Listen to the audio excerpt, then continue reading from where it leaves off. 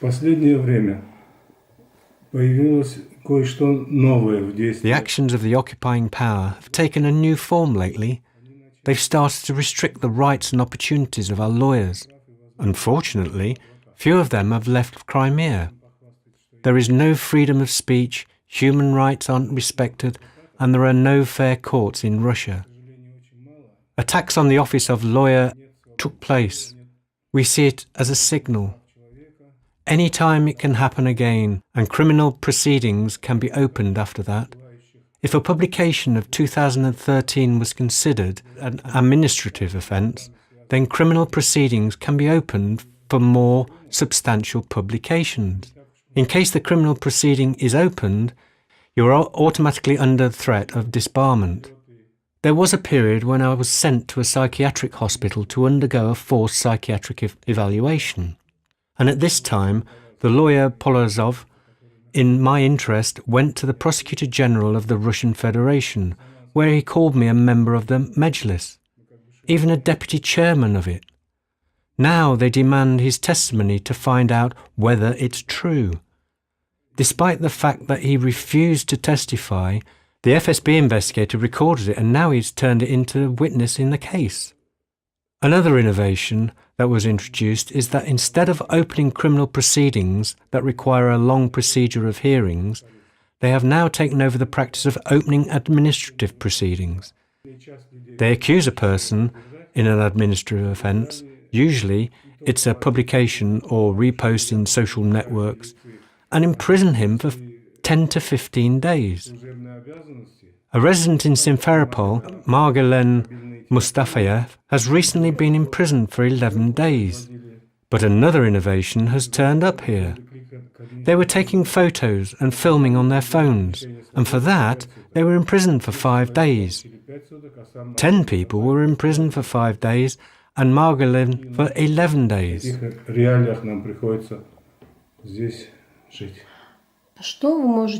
What actions can you take now? What can the Crimean Tatar people do? The Mejlis.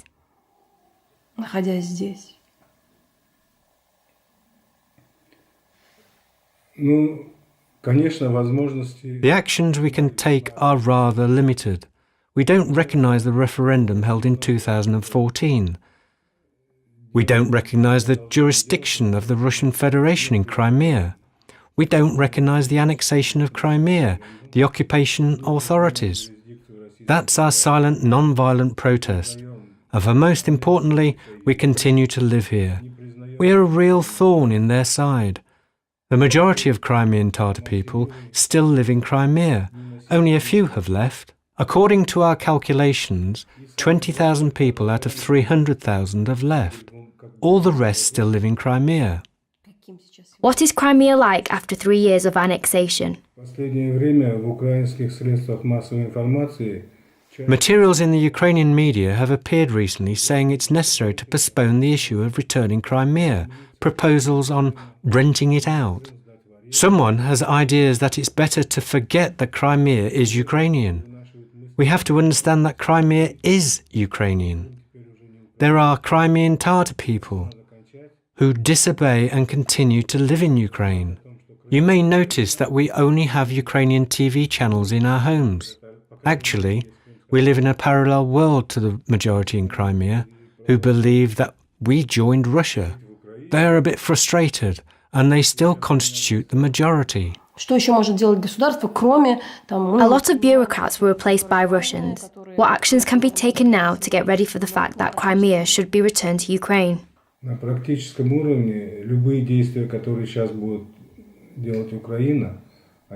In fact, any action taken by Ukraine won't have any influence in Crimea. There is a need to work on the increase of economic sanctions against the Russian Federation. I don't see any other way. Sanctions should be expanded, and the Russian Federation itself should finally realize that it can't pretend about Crimea and some parts of the Donetsk and Lugansk regions. It should be Russia's initiative to return Crimea. I don't see other solutions, because the peninsula is too militarized and there are no military forces able to resist the military power established nowadays in Crimea. этапе, думаете, должны быть, я не знаю, экономические? At this stage, what should the economic relationship with Crimeans be like on a social level? Крымчанами. Во взаимоотношениях между Россией и Украиной. I consider that Russia is guilty in all the negative things about what has happened over the last 3 years. Crimea was Russian even when it belonged to Ukraine. The only fact it wasn't a part of Russia. I mean, the Russian language, ideology, pro-Russian majority. Everyone except for the Crimean Tatar people voted for the Party of Regions here. In such a situation, it was nonsense to scare the supporters that Ukraine will seize the Ukrainian territory. But people believed in that and organised a referendum. It was the imitation. In fact, the troops entered Crimea then. The main intelligence agency, GRU, organised the seizure of the first administrative building, the Verkhovna Rada, and the Cabinet of Ministers of Crimea. It wasn't a problem for Russians to enter Crimea. There was no oppression of the Russian language. And now, the non-Tatar population is frustrated by their actions or the actions of the Russian Federation. They got neither decent pensions or higher salaries. Prices in Crimea are much higher than in Moscow or Kiev. You've also mentioned that a lot of people have arrived here. They still continue to arrive. If 20 to 30,000 left the peninsula, 300,000 on the contrary arrived in Crimea. And I think when the issue of real deoccupation is raised, everyone who came to Crimea after March 2014 will be forced to leave the peninsula. But those are the technical aspects that will be discussed when such processes begin. The economic sanctions against Russian Federation may fasten such processes. If the world's leading countries along with Ukraine strengthen the sanctions, the process of reintegration and deoccupation will happen faster. I'll emphasize once again that I do not consider the military options to be appropriate here. Скажите, вы вспомните, каким был... Do you remember February the 26th, 2014? What was it like? A lot of people have probably forgotten about it. Some people only remember the so-called fake referendum. Do you remember the days before it and the 26th of February in particular? How did it happen? How did you find out about it? That period was very tense. Starting about the 20th of February, each day we received signals that the Verkhovna Rada of Crimea was going to make separatist decisions, an appeal to Putin with a request on Crimea joining the Russian Federation. Then almost every day we were gathering at the Mejlis of the Crimean Tatar people and were conducting some meetings, making statements and preparing a resolution. The period was very tense. We even maybe didn't realise the verge of what events appeared. What was the 26th of February like? Это был очень напряженный период. We've had information about the intention of the Speaker of the Crimean Parliament, Mr. Konstantinov, to hold a session and appeal to Putin. We had information that the message should be of separatist character. We neither saw it nor read, but the subsequent events confirmed our suspicions and intentions of the Crimean, then Ukrainian authorities, to make separatist decisions. We decided to hold a rally in front of the Verkhovna Rada of Crimea to show our attitude to the possible development of the events in Crimea.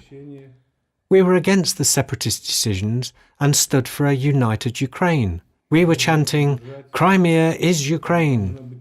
In the square from the other side of the Verkhovna Rada of Crimea, supporters of political force Russian Unity gathered with Russian flags. When we stood with the Ukrainian and Crimean Tatar flags, they, on the contrary, had Russian flags in their hands and were chanting, "Crimea is Russia." They gathered to put pressure on the deputies, so they made the decision on the referendum, followed by Crimea's joining Russia a lot faster. Was there an understanding of what was happening in terms of the military security forces of Russia? российских.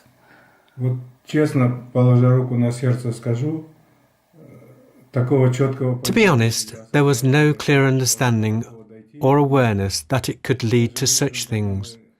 Even at night, when it was over, and Refat Chugbarov asked everyone to go home, the majority of people did that.